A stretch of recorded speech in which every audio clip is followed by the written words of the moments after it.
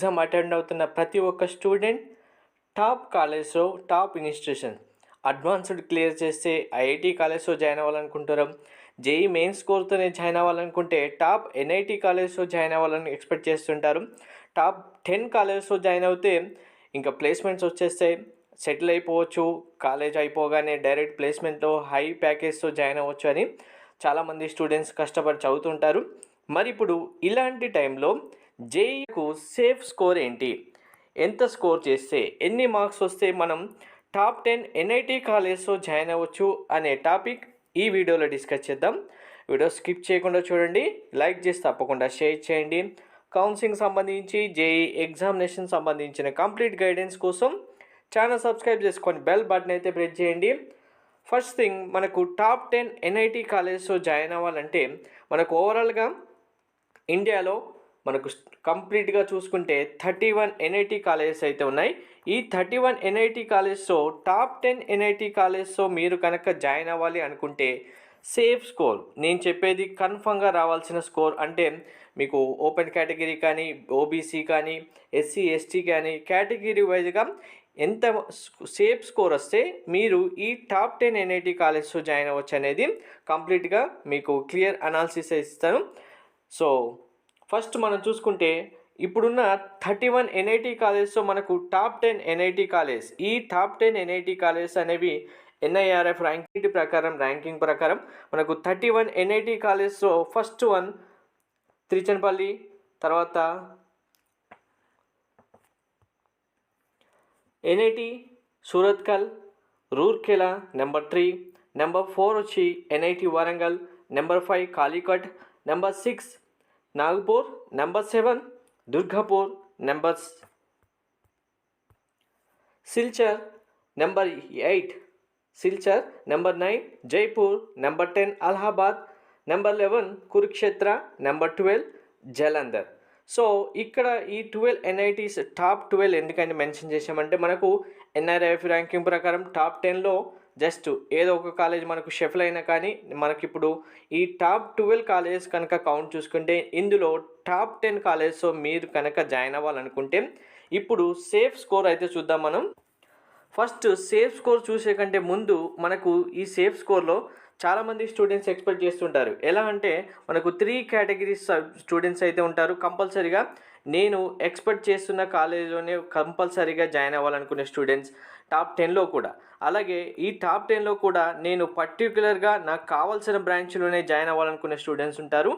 లేదు ఇంకా third category వచ్చి నాకు టాప్ 10 ఎన్ఐటి కాలేజ్లో ఏదో ఒక బ్రాంచ్ అయితే చాలు, ఎనీ బ్రాంచ్, ఏ బ్రాంచ్లో సీట్ వచ్చినా జాయిన్ అవుతాం అనుకునే స్టూడెంట్స్కి ఇప్పుడు నేను చెప్పబోయే సేఫ్ స్కోర్ ద్వారా మీరు ఇంకా ఏదో ఒక బ్రాంచ్ టాప్ 10 ఎన్ఐటి కాలేజ్ సంబంధించి కంపల్సరీగా ఈ స్కోర్ కనుక మీరు చేయగలిగితే మనకు చాలా బ్రాంచెస్ ఉన్నాయి. CSE, mechanical, triple E, physics, chemistry, తర్వాత సిఎస్సిలో స్పెషలైజేషన్ కానీ ఇలా అన్ని బ్రాంచెస్ కనుక చూసుకుంటే ఇప్పుడు వచ్చే సేఫ్ స్కోర్ కనుక మీరు చేయగలిగితే ఏదో ఒక బ్రాంచ్లో అయితే సీట్ వస్తుంది.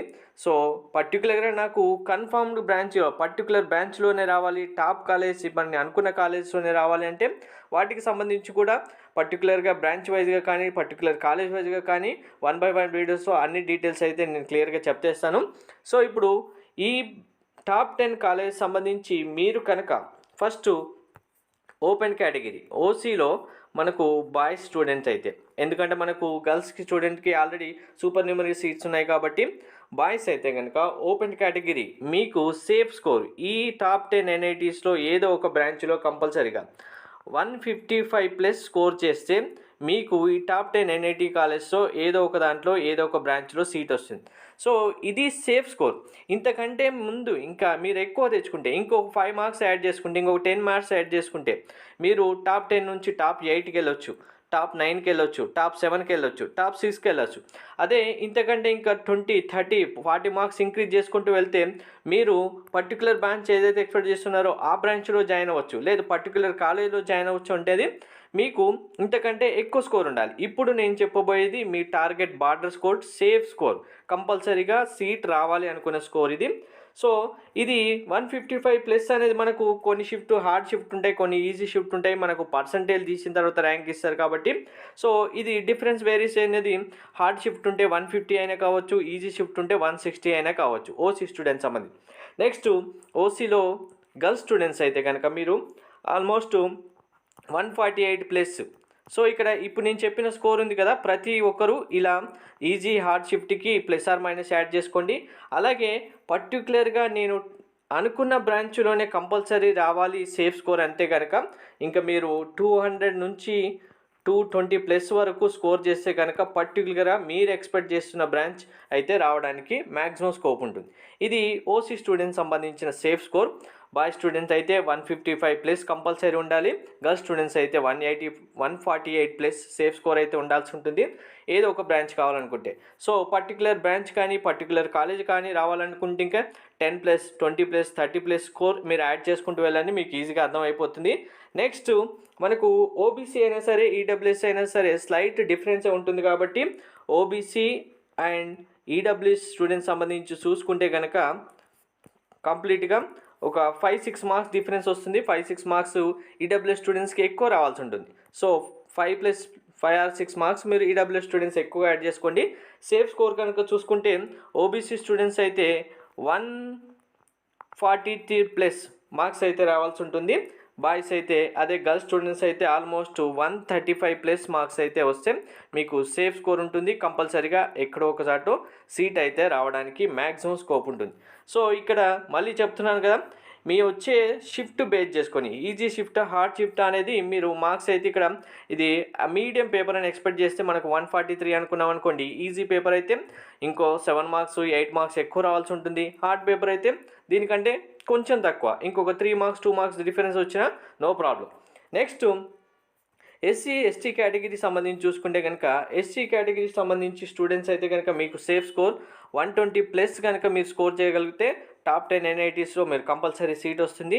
ఎస్టీ కేటగిరీ సంబంధించి స్టూడెంట్స్ కనుక చూసుకుంటే 117 116 అరౌండ్ ఆ స్కోర్ వస్తే కనుక మీకు కంపల్సరీగా సీట్ అయితే వస్తుంది. ఇక్కడ ఎస్సీ కేటగిరీ స్టూడెంట్స్ సంబంధించి కూడా చూసుకుంటే మీకు కూడా కొన్ని కాలేజ్లో 118 మనకు స్టూడెంట్ కౌంట్ మర్చి state level home state quota కింద కౌంట్ చేసుకున్నప్పుడు ఆ స్కోర్ అనేది స్లైట్ డిఫరెన్స్ అయితే 1 to 3 మార్క్స్ డిఫరెన్స్ అయితే వస్తుంది.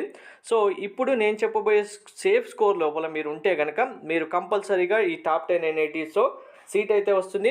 అండ్ ఇంకా నెక్స్ట్ పీడబ్ల్యూడీ స్టూడెంట్స్ సంబంధించి చూసుకుంటే మనకు పీడబ్ల్యూడీ స్టూడెంట్స్ కౌంట్ అయితే తెలియదు, ఏ ఇయర్ ఎంతమంది స్టూడెంట్స్ కౌంట్ వస్తారనేది తెలియదు. కానీ మనకు ప్రతి దాంట్లో ఓసీలో కానీ ఈడబ్ల్యూఎస్ కానీ బీసీ కానీ 5% పీడబ్ల్యూ స్టూడెంట్స్ సీట్స్ అయితే ఉంటాయి. కాబట్టి మీరు కనుక పీడబ్ల్యూ స్టూడెంట్స్ ఆల్మోస్ట్ 70 ప్లస్ నుంచి 80 ప్లస్ కనుక స్కోర్ చేస్తే ఆల్మోస్ట్ మీరు ఈ టాప్ 10 ఎన్ఐటీ కాలేజ్తో ఎక్కడైనా జాయిన్ అవ్వడానికి మ్యాక్సిమం స్కోప్ ఉంటుంది. సో నెక్స్ట్ వీడియోలో పర్టికులర్ బ్రాంచ్ కానీ పర్టికులర్ కాలేజ్ కానీ సేఫ్ స్కోర్ కానీ మ్యాక్సిమం స్కోర్ ఎంత వస్తే జాయిన్ అవ్వచ్చు అనేది కంప్లీట్గా అన్ని వీడియోస్లో ఎక్స్ప్లెయిన్ చేస్తాను. Thank you.